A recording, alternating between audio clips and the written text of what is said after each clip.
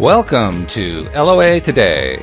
Walt Thiessen here. It's Tuesday, January the 15th, 2019. It's 8 a.m. in New York, 5 a.m. in Los Angeles.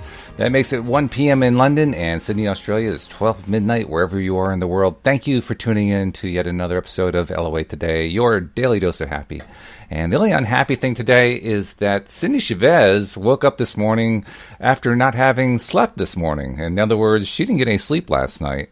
And so I sent her home and said, go get some sleep because you're not going to be any use to me or anybody else if you are not able to function on the air. So I'm going to try doing something I haven't done in quite some time. I'm going to try to do a solo show.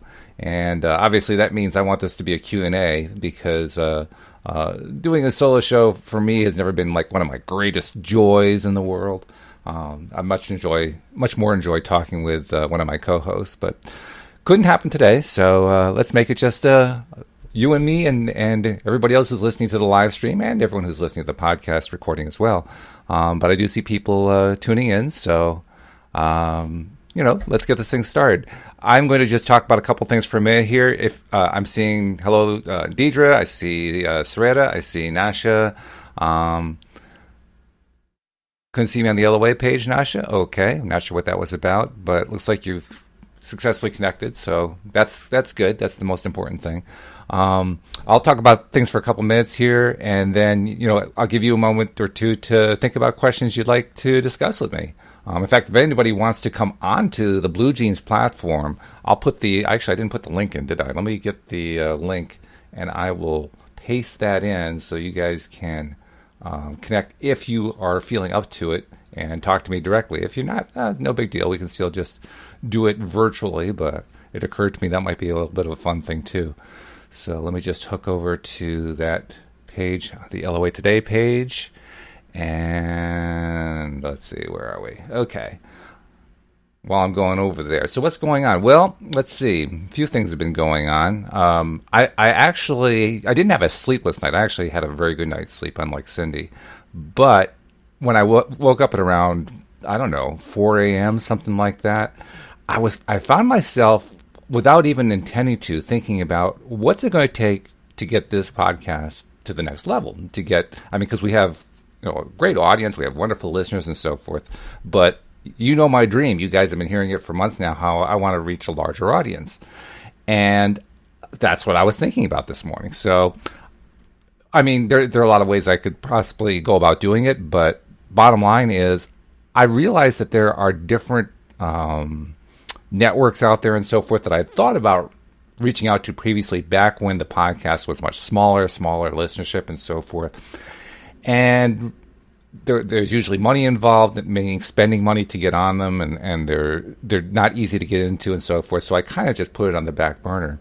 But I woke up this morning saying, you know what? Maybe it's time to revisit some of those things. Like here in the United States, there are two satellite channels called XM and Sirius, and they actually work together.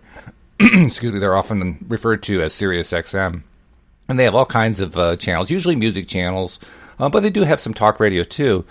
And so I started looking around and saying, well, I wonder if there is currently a channel that either Sirius or XM has that would be appropriate for what we do. And I was looking, and of course there are religion channels, and there are sports channels, and there's a channel about making money, and a few others like that. Nothing specifically related to what we talk about, though.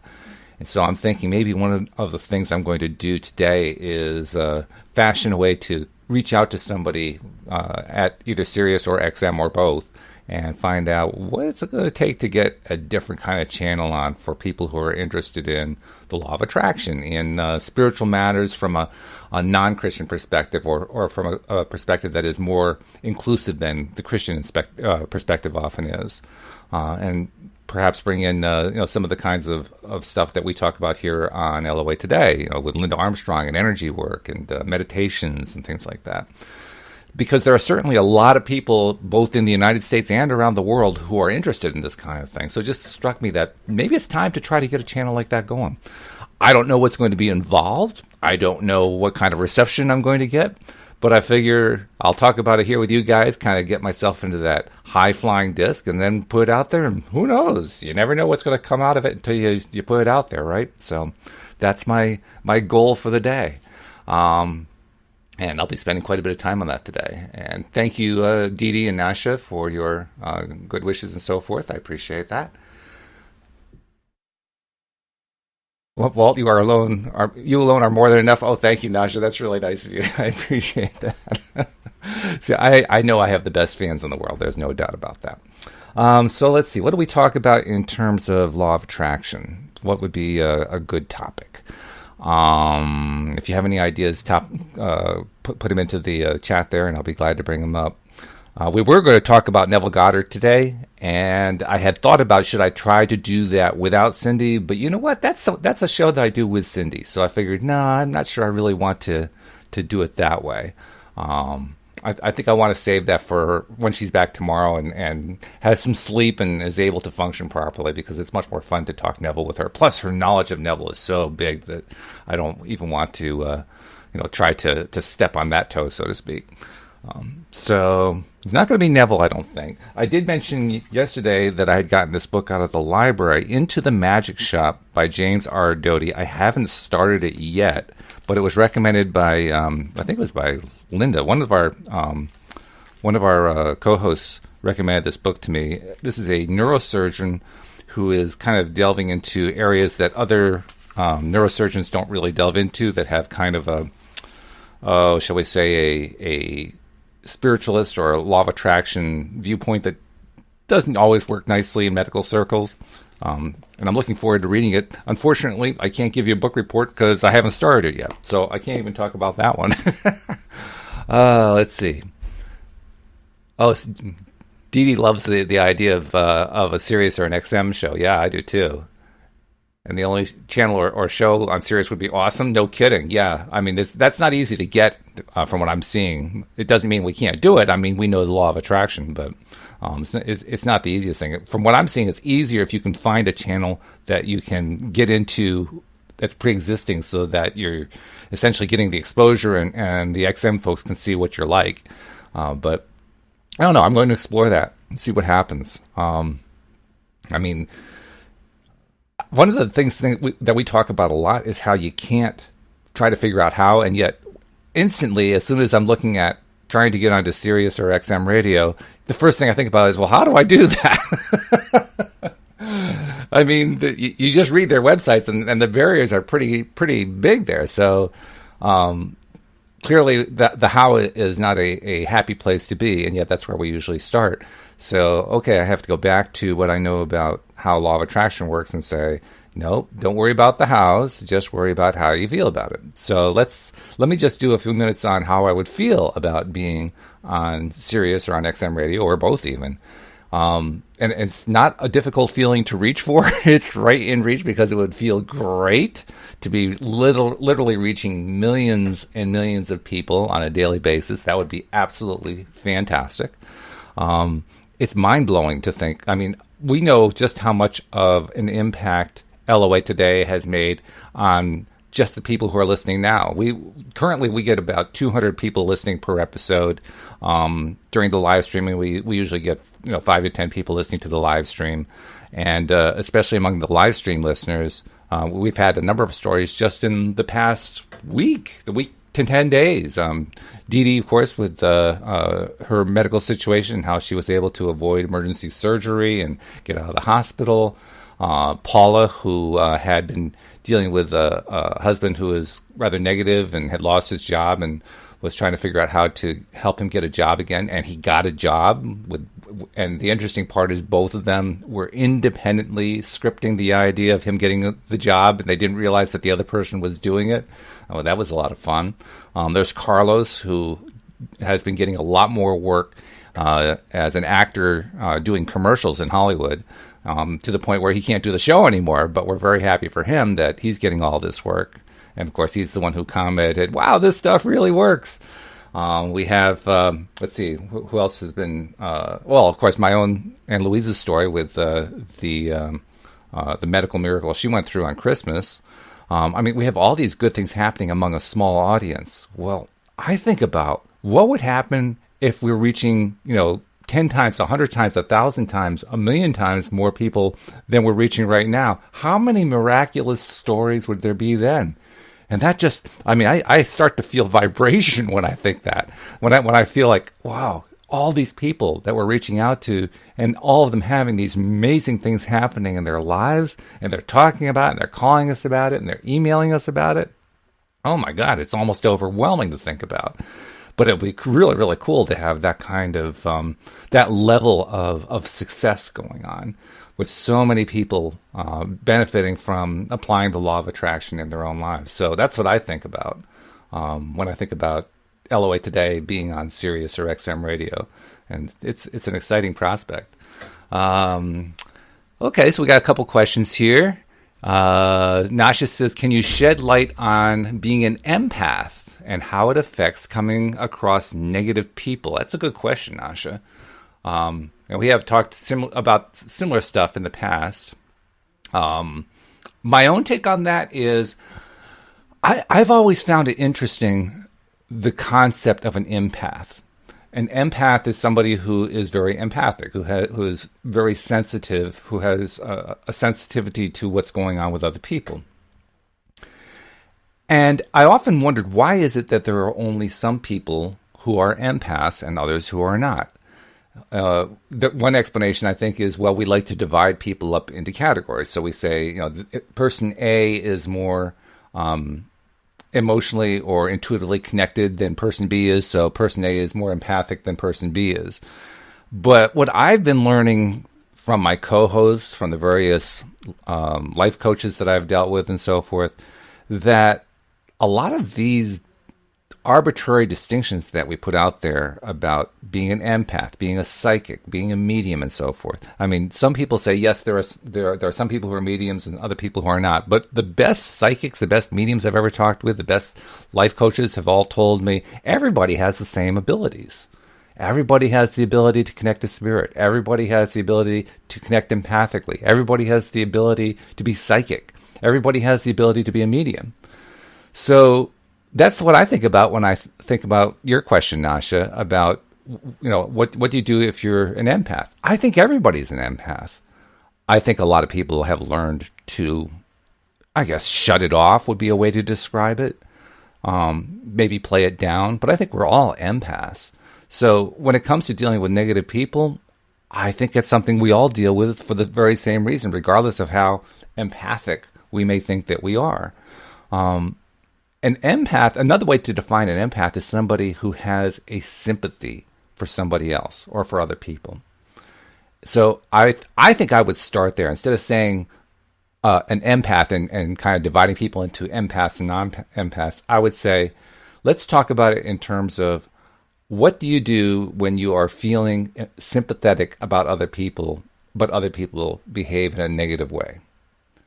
Because anybody can identify with that one. I think everybody has dealt with that in one way or another in their lives. And you'll get a lot of different people with different answers on it. Myself, I go back to standard LOA teaching as presented by Abraham Hicks and to a degree by Neville Goddard. The basic idea that we are responsible for how we feel. So even though we are wanting to reach out to somebody else or feel sympathy toward somebody else or toward other people, we still are responsible for how we feel, how we react, how we respond to given situations. And I don't mean that it's easy. Just yesterday, I was talking with Shelley last night. I was talking with her about how Louise has been going through difficult times emotionally because of the medical issues she's been going through, and how I was noticing that her difficulties, emotionally speaking, have been affecting me because I love her and she loves me so much. And when you're close to somebody like that, really close in a spousal relationship, you can say all you want to that you're responsible for your own feelings, but it's still tough because you're feeling what the other person is feeling. That's part of what makes the relationship so beautiful, that we feel each other's feelings so much. But by the same token, I'm still responsible for how I feel. So how do you deal with that? Well, Yesterday was a good example. Yesterday, Louise was she was not having one of her better days, and she was fretting over the fact that she couldn't find stuff to eat for breakfast. That's been an ongoing issue for years with her, finding stuff that she likes for breakfast that would, provide some protein and would give her a start to her day and so forth. And she's never really resolved it in the past. Well, we were talking about it now and kind of playing out different ideas for her to consider, because she had really gotten into a negative place, believing that she wasn't going to find anything at all. And I was determined to try to help her see, you can actually find some stuff. And we ended up realizing at one point that one thing that she wanted was to find some source for frozen chopped onions, frozen chopped peppers, diced, small chopped. She specifically wants it to be like that because she wants to make omelets. And the store that we normally go to doesn't have anything like that.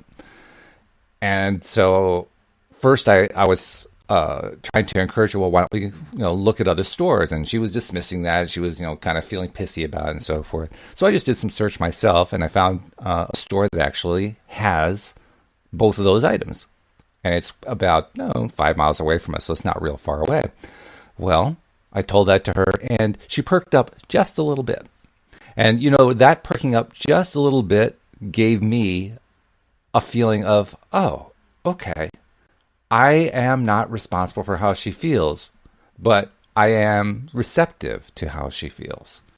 So if she is feeling a little bit better, I feel a little bit better too. Does that mean that if she feels worse, I have to feel worse? No. But it is a reminder that she is feeling it. She's the one who's doing the feeling. It's not me who's doing the feeling.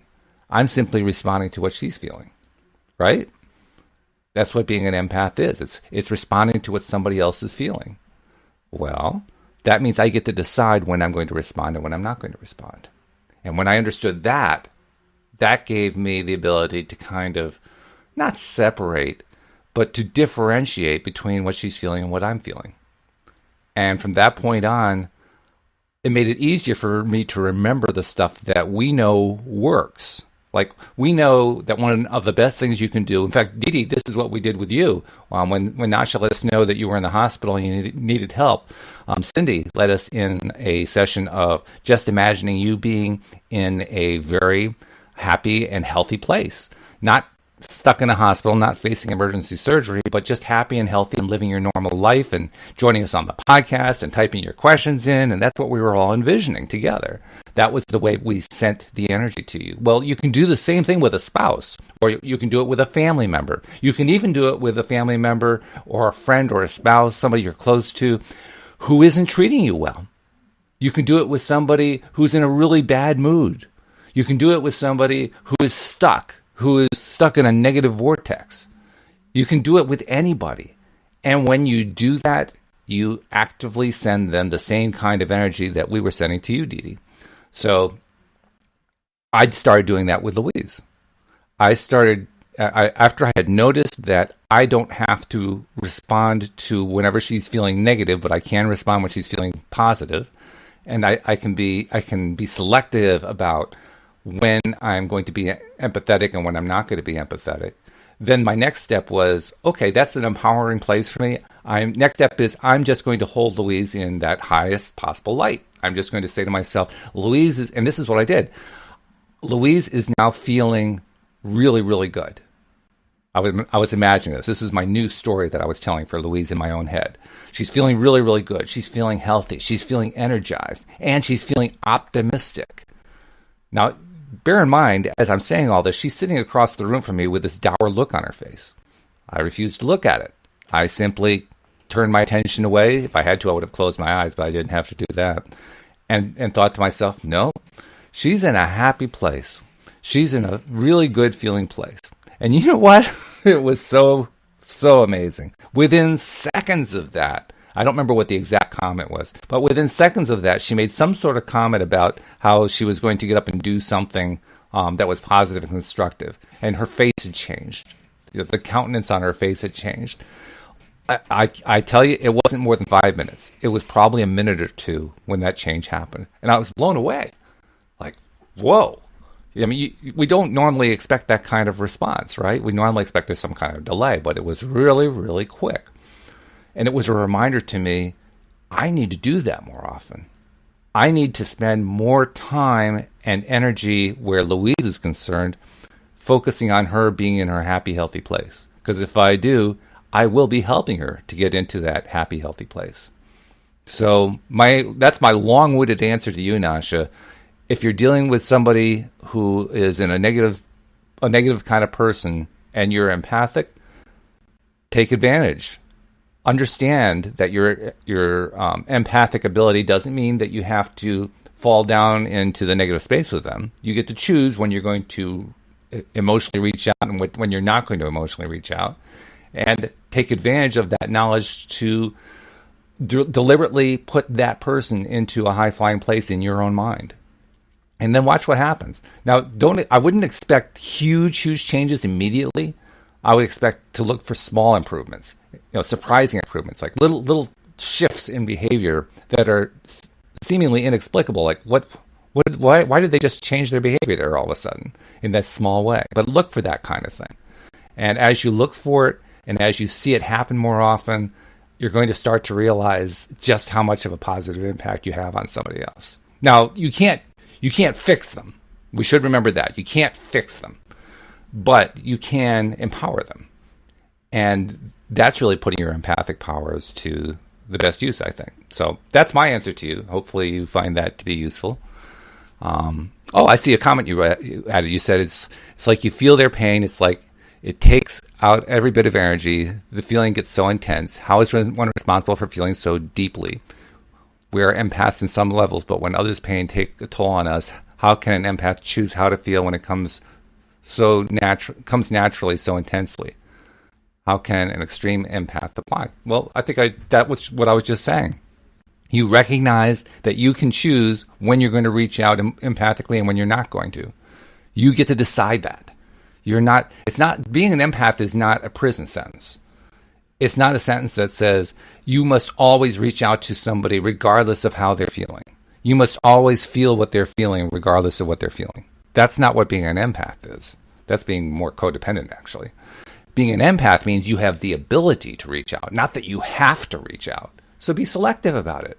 When are you going to reach out? When are you not going to reach out? And in that selectivity, that's where you're going to find the power to realize you have all the power. You have all the control. You get to decide who you're going to be empathic with and when you're going to be empathic with them.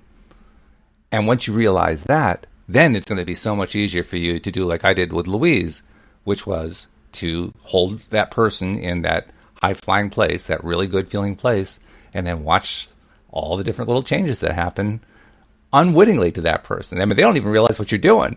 That's the cool part. And you're just sitting there going, look what I just pulled off. That's pretty cool. Let's see. Oh, Dee Dee's saying, yes, Nasha can empower them. More importantly, you can empower yourself. Absolutely. That's it. That's it right there. We need to spend more time empowering ourselves. I agree with you completely, Dee Dee. It's probably the most important thing that we can do as human beings, not just regarding being an empath, but regarding everything in our lives. The more we empower ourselves, the happier our lives are, the better our lives are, the more fulfilling our lives are. Let's see. Siraj has a question. I'm going to do a little copy and paste here because what tends to happen is I tend to lose the text as it scrolls off the page. In fact, I'm gonna skip over to the page where I can see the longer row of comments just in case. But in the meantime, let me just open this up here.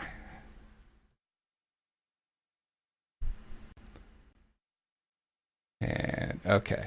So anyway, Dee Dee commented to Nasha, exert more of your own power or else you open yourself up to all sorts of negative stuff from other people. Don't give so much of your power away. Yeah, exactly. That's exactly what it is.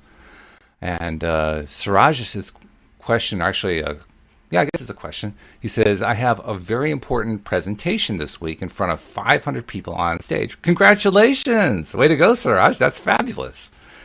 He says, previously I used to give presentations in front of 30 to 40 people, so this is a big step up. That's great. So you're getting some phobia about it. that I have to talk in front of 500 people. How do you deal with it? How to overcome this phobia? Well, I think you just need to change the way you're looking at it. Kind of along the lines of what I was talking about with Nasha just a moment ago. An empath and a speaker are actually pretty similar in one very important sense. Because when you speak, and you know this is true from your own experience talking to 30 to 40 people, when you speak before a group, you want to connect to the group. I mean, that's what you want more than anything else when you're up front, isn't it? You want people to be listening to you, and you want to get a sense of what they're feeling so that you can talk to what they're feeling and talk to what they're thinking about. So that connection is really important when you're a speaker. Well, the same thing's going to be true with a group of 500. The only difference is with 500, when we're in a phobic position, what we're saying is, oh my God, there are 500 people out there. I'm not sure if I can handle it. That's the more negative way to look at it. The positive way to look at it is, wow, 500 people want to hear me. They want to connect to me. That's pretty cool. So you see, it depends on how you decide to look at it. You can look at it as, oh God, I don't know if I can handle 500 people. Or you can look at it as 500 people want to connect with me. How cool is that? They are actually going out of their way to come hear me. That's really cool. That's really exciting. And it's really not different from what I'm doing with the podcast. I mean, like I mentioned a few minutes ago, we currently get about 200 people listening to each podcast episode. There was a time when I had maybe 10 people listening to each podcast episode. And when I thought about trying to reach 200 people at that point in time, there was a little piece of me that was worried about it. But there was another piece of me that said, wow, wouldn't it be great if there were 200 people listening to me? And now I have 200 people listening to me. It all depends on how you decide to look at it. If you look at it like you're going to be scared, like it's intimidating, then I guarantee you, as soon as you get up on stage, you're going to be scared and intimidated. But if you turn it around, do the Abraham pivot, right? Because pivoting is taking a negative thought and twisting it around to where the positive thought is. You know, changing your focus, changing your attention away to where the positive thought is. So look at it positively. You have all these people who really want to hear what you have to say. They're taking time out of their day to come hear what you have to say. Look at it positively like that. Now it's exciting. Now that fear becomes exciting. Not the fear itself, but the emotion of fear transmutes into excitement. And when you look at it as an exciting thing, not only does the fear go away, especially when you get up on stage and you get the first few words out and you get some kind of reaction from people, but more than that, the excitement level kicks in. The adrenaline kicks in. You know, the endorphins kick in. And all the feel-good stuff kicks in. So if I were you, I wouldn't look at it in terms of being afraid. I'd look at it in terms of you're going to get this jolt of excitement. It's going to be fun. It's going to be enticing. It's going to be, whoa, this is going to be great. 500 people. It reminds me of when Joel Elston was invited to speak before 5,000 people. Now, Joel is used to talking to a couple hundred people. He's often called into companies to address issues of people needing to improve their ability to do their work and achieving personal success and all this kind of stuff. And so talking to 100 people was normal for him and is normal for him. He does it often. But 5,000, that he had never done before. And he was intimidated when he got there. And he looked around the corner. He looked around the curtain to see all the 5,000 people there. And he did the same kind of mental flip in his mind that I just described. I don't remember exactly how he told the story. You'd have to listen to the prior podcast, probably last week's podcast. I think that's where he told the story. But the gist of it was he decided it was really cool that those people were there because, among other things, this wasn't just 5,000 people off the street. The people he was talking to were medical doctors and psychiatrists, professionals in the field who were coming to listen to him, and that's what was intimidating him. But then he got up there on stage and started giving his talk, and he's watching all these highly paid, highly sophisticated medical doctors scribbling down notes on what he was saying. And he was saying, whoa, these people really want to hear what I have to say. And that just changed the whole feeling for him because he looked at it differently. He didn't look at it in terms of being a scary situation. He looked at it in terms of being a really cool and empowering situation.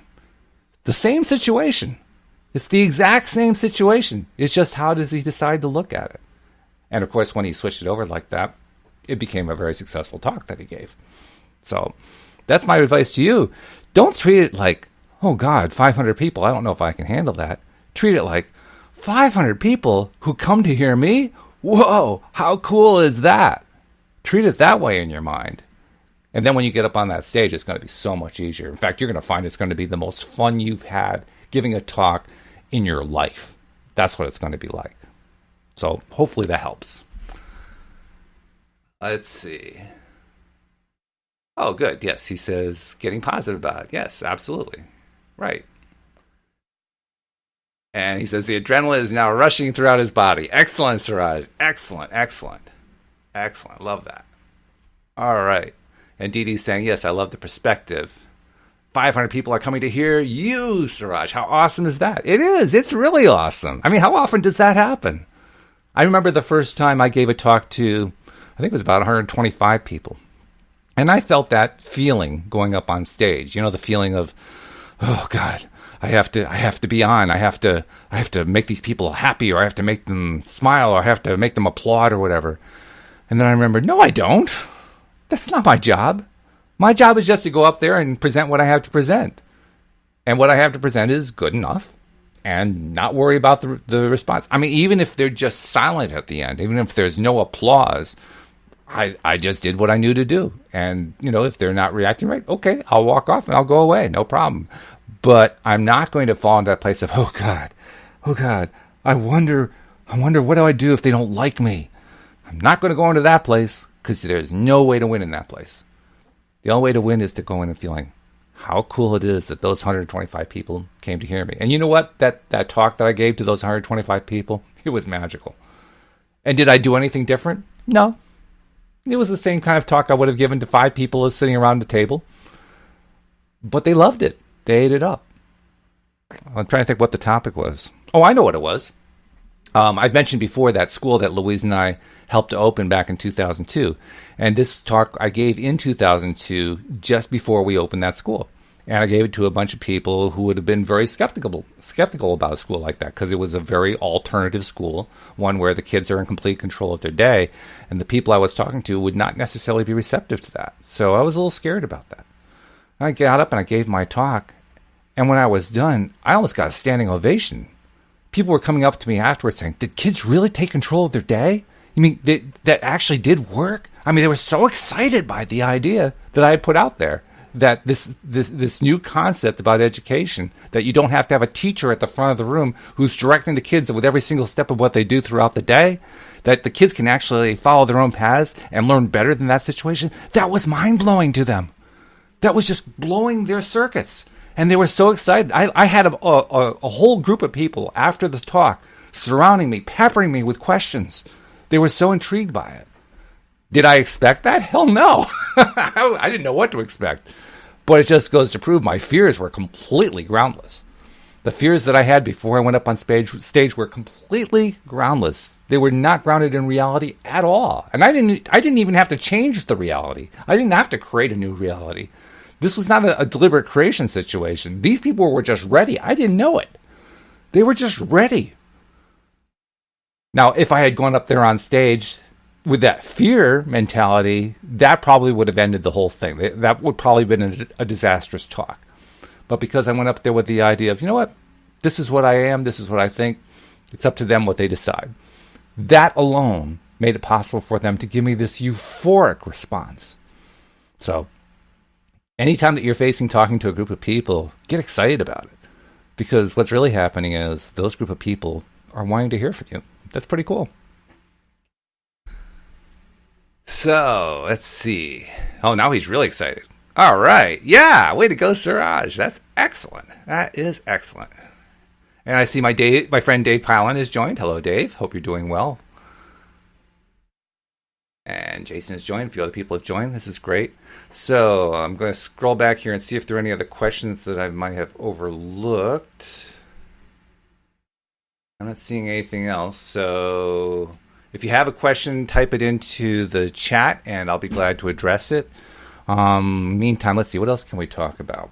What else would be useful and interesting and fun. Well, because I don't have another. Oh, hello, Jason calling from Michigan. Hello there.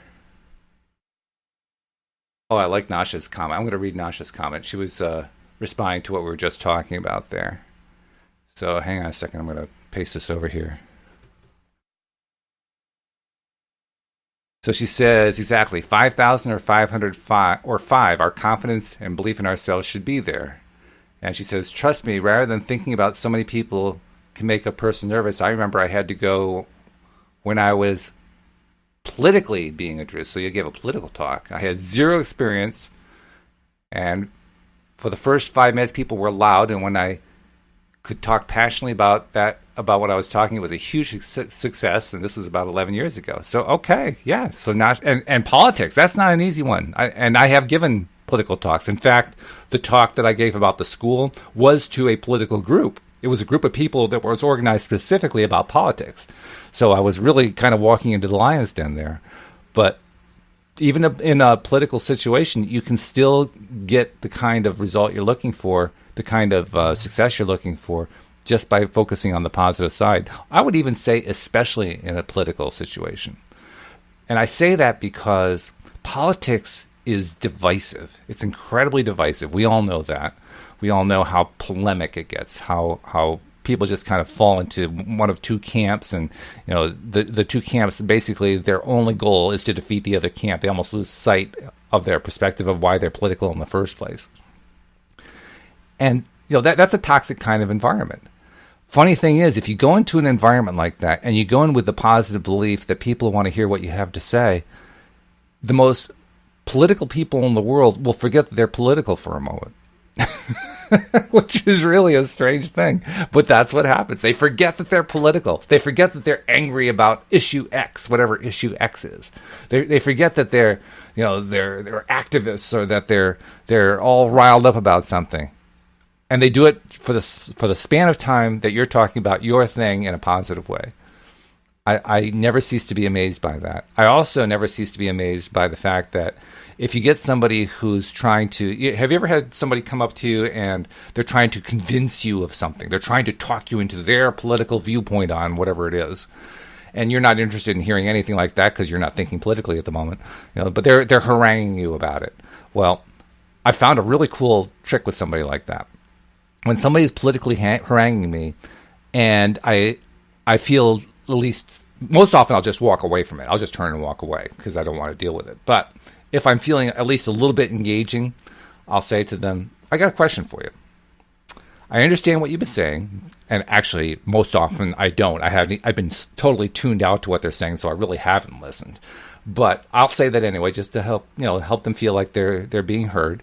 And then I'll say to them, but one thing I've noticed is that everything you said is about what you don't like. Can you express to me what you're in favor of? And inevitably, what they'll do is they'll come back to me again with the same issue, talking about how they're against this other thing. And I'll say, no, that's what you're against. What are you in favor of? What's this wonderful result that you want to have happen? It's a wonderful way to shut up somebody who's haranguing you politically. Because if they're actually thinking about what is it that I do want, usually it's a new conversation in their own heads. And because it's a new conversation in their own heads, they don't have a ready answer. I mean, I've actually had situations where I will say that to somebody. They're standing there with this dumb look on their face, like, how do I answer that? They stay in that pose for like 30 seconds. It's clear they're not going to say anything. So I'll say something like, well, think about that. And I'll just walk away. And the fight ends. The fight ends because we're now changing the conversation away from here's this terrible thing that's going on to here's what I want instead. And since they haven't thought about here's what I want instead, they can't continue the conversation. You got to try it. If anybody ever politically harangues you in the next month or something like that, remember, just ask them, what do you want? Don't tell me in terms of what you don't want. Tell me in terms of what you want. And watch what happens to the conversation. It's an amazing thing. Oh, let's see. What's Dee says go back and see the question from D. Carpina. Okay, let me see if I can find Dee's question. Where is Dee's question? How do you handle loneliness? I've watched a video about loneliness, but I still feel it sometimes. Yeah, sure. I understand that, Dee. I think we've all felt loneliness at times. It doesn't matter how good you are at deliberate creation. You do feel lonely at times, don't you? But the fact is, that's just part of being alive. When we're lonely, interesting thing about being lonely. Lonely is, and I'm going to be a little bit, this is just a little bit of a harsh way of looking at it. I need to do the harsh part first before I can get into the nice part. The harsh part is, loneliness is, it's about saying, I am not and cannot be happy unless there is somebody around me. And when you state it that way, you realize there's an untruth where loneliness is concerned. Because the untruth is that you can't be happy unless there's somebody else around. And you know that that's not true. You know that for a fact. You can be happy when somebody's not around. So let's restate the question. How do you deal with the fact that somebody's not around? That's a different question, isn't it? Loneliness has this really negative feel to it. Somebody else isn't around doesn't necessarily have to have that negative feel to it. So I would recommend, since our goal at all times as deliberate creators is to get ourselves into a better feeling place so that we can attract more of what we want and less of what we don't want, take advantage of the fact that you don't have to think about it in terms of being lonely. You can just think about it in terms of somebody else isn't there. And now that you've gotten into that place, take it to the next step. What would you like to have? Okay, you've expressed what you don't like. What you don't like is being lonely. What you don't like is not having someone there. What do you like? Well, I'm going to guess you like having somebody there. Okay, what does it feel like to have that person there? Have you been thinking about it that way? Most often we don't. When we're talking about feeling lonely, that's about the last thing that we're thinking about. What it feels like to have somebody there. What we're usually thinking when we're thinking lonely is, here's what it feels like to not have somebody there. So let's turn it around. What does it feel like to have somebody there?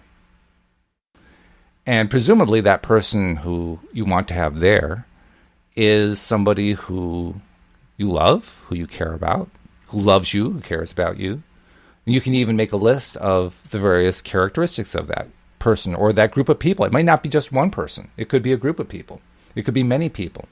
It could be a series of friends. It could be, there's a lot of different ways that you can paint for yourself how you want the opposite of feeling lonely to feel and what the opposite of being lonely is about and what kind of experience is it.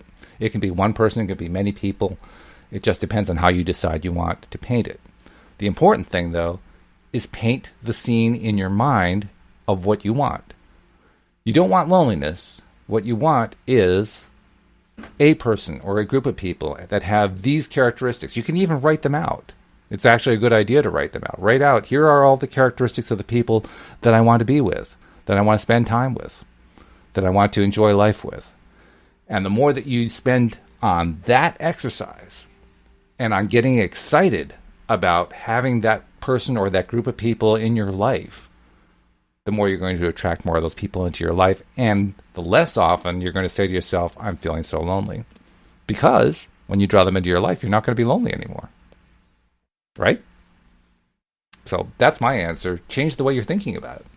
Change the fact that you're lonely into the fact of, here's what I want my ideal people in my life to be like. And get excited about them.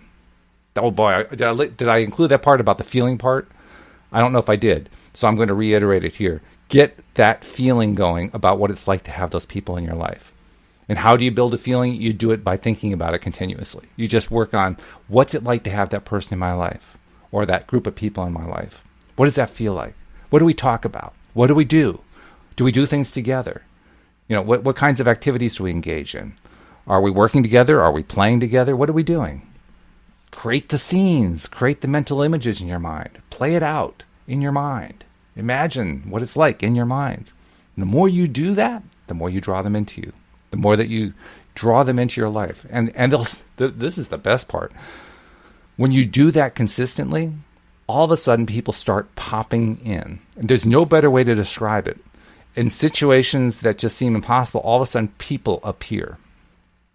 People who weren't appearing before suddenly start to appear. And it's a little disconcerting at first, because if you've been dealing with loneliness for a long enough period of time, you say, where the heck did all these people come from? Where were they before?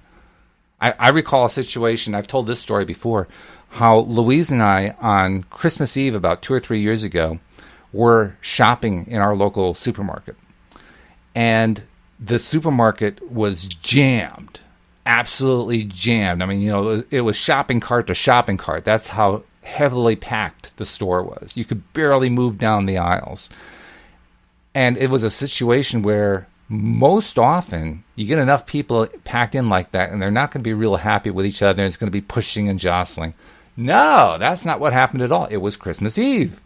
It was Christmas Eve, so people were in a good mood. They were in a good frame of mind, and everybody was being so polite and helpful. Oh, I'm sorry, let me get my cart out of the way. Can I reach that for you? Here, I'll let you over here. Yeah, I know it's really packed in, isn't it? Well, it's Christmas Eve, and everybody was so happy.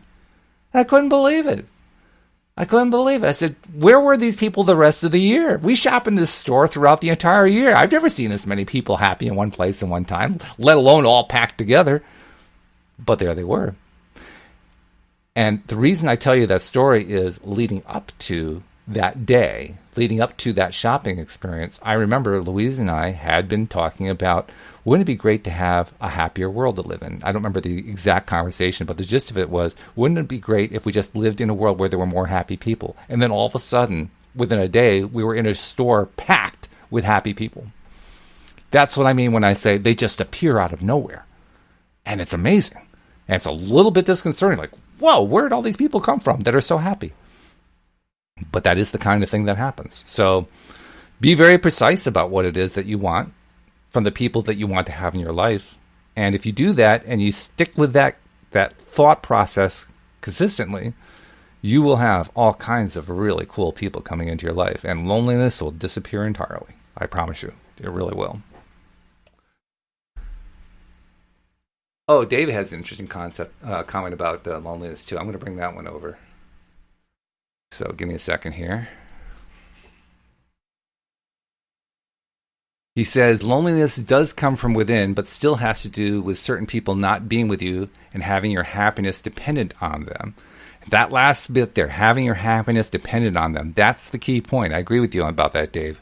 Because the moment that your happiness is dependent upon somebody else is the moment that you are no longer giving yourself the power to decide whether you're going to be happy.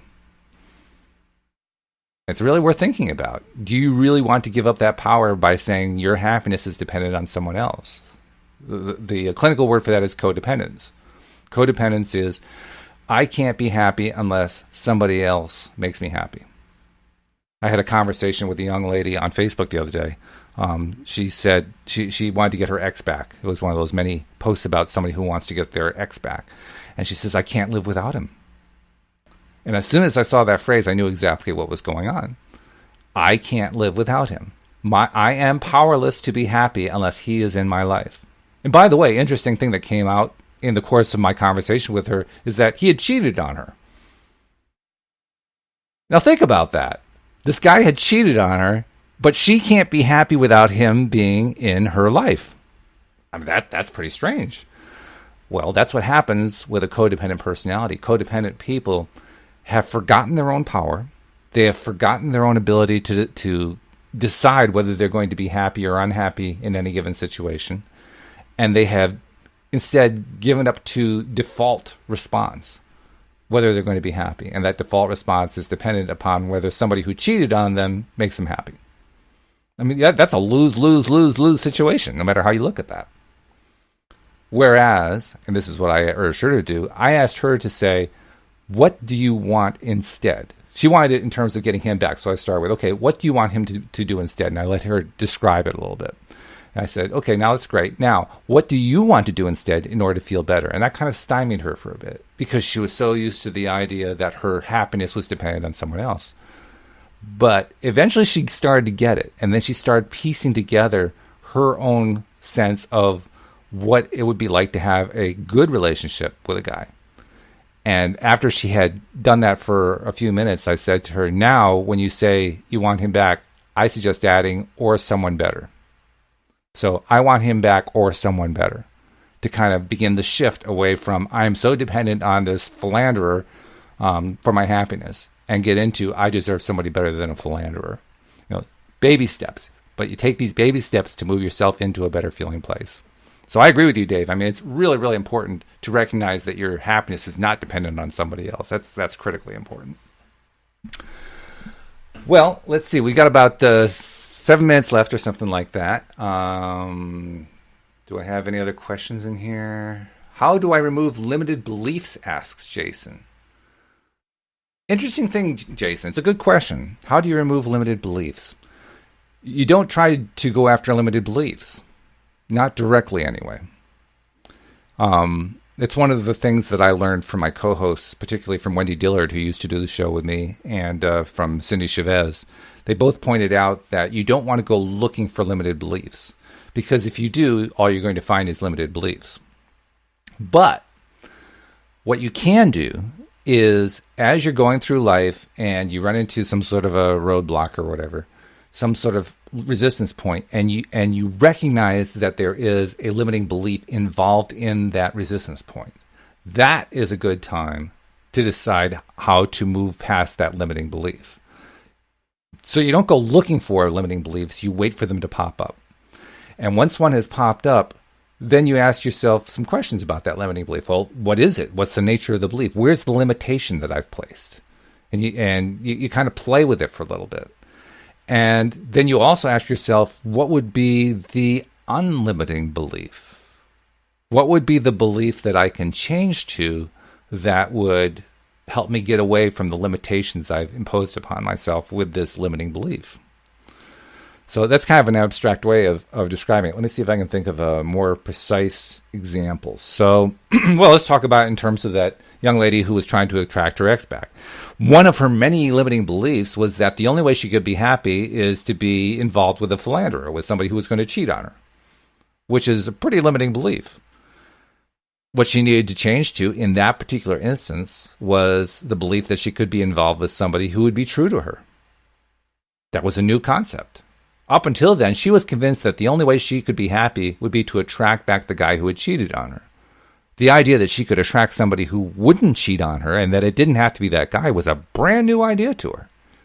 And accepting that new idea was the way that she rejected the old limiting belief, because then she said, well, if I can actually have somebody who doesn't cheat on me, I don't need to be dependent upon a guy who cheats on me. I don't need to depend on him for my happiness. So in making that mental shift that says, I am entitled to, I deserve to have somebody who treats me well, and it doesn't have to be that one guy. Just by making that mental shift, she let go of the limiting belief. That's what getting rid of a limiting belief means. It means making a mental shift, just shifting the way we look at something, shifting our perspective. And as we shift our perspective, the limiting belief just kind of goes away. It kind of dissolves away into nothingness. That's the way Wendy Dillard used to describe it. You play with the limiting belief and you ask it questions. Cindie Chavez had a nice note. She said, you thank it for delivering the message, and now that you've delivered the message, you can go away. But what happens is, as you do that, it just kind of dissolves. It just kind of goes away. So it's not like you have to bombard it with lightning bolts. It's not like you have to say, go away, go away. You just let it go. And you let it go by shifting your thought process to what you want instead. So hopefully that helps you answer your question, Jason. It was a good question, though, because we run into that all the time, don't we? We run into the question of how do we get rid of our limiting beliefs? And the reason we keep running into that question is whenever we're feeling that question, we're always feeling that question from a perspective of lack, from a not good feeling place. Changing our perspective changes the way we feel about it, and then the limiting belief goes away. So it's actually a lot easier than we give it credit for. We get rid of limiting beliefs all the time. We just don't really give ourselves credit for it very often. So start giving yourself credit, right? Anyway, we're down to about the last minute or two here. And once we're done with the last minute or two, I'll be playing the music and saying goodbye. But I want to thank people who are sharing their questions and I wish that we had been able to get Cindie on here, but I'm sure she'll be back tomorrow, and hopefully she'll have enough sleep so that she can actually be conscious and aware and contributing and so forth. But in the meantime, it was great having this conversation with you. One final note I want to make is that if you're not yet a subscriber to the podcast, please become one. The instructions can be found on the homepage at loatoday.net, the homepage of our website. If you're an Android user, you'll find a link for Android users. If you are an iPhone or an iPad user, then there's another link for you. Whatever kind of smartphone you have, you just click the right link, and it will walk you through the process with a little automatic wizard for setting up the podcast in your podcast app, or even setting up a podcast app itself if you don't have one already. iPhone and iPad users already have podcast apps built in. But it'll walk you right through the process, and then you'll have all of our episodes coming live streaming directly to your phone so you can listen to them anytime you want to. And then once you're a subscriber, please put out there on social media that you've been listening to this episode and to other episodes. Put it out to people who you think who are in your own social circle who might be interested in hearing about what it was we talked about. Tell them a little bit about what we talked about, and kind of entice them to come listen too, because that's part of how I reach my goal of reaching so many people. But it's also how we get a better world, how we get a happier place. The more people who are focusing on what they want and not on what they don't want makes the world a happier and a better place. So you're doing society a favor by helping to share the fact that LOA Today exists and that you're a listener and that you're a proud listener. And for those of you like Nasha and Dee Dee and others who are constantly putting out there that they're appreciating and loving what we're talking about here, thank you. I mean, I can't tell you how much I appreciate the efforts you guys make and keep making those efforts. And the more that we all put out there that we are LOA Today aficionados, the better off we're all going to be. So with that in mind, Les Louise, we're almost done here. Just give me a moment. I need to talk. Okay. I got to get going here, but it's been great talking with you, and we will see you all later here on LOA Today. Goodbye, everybody.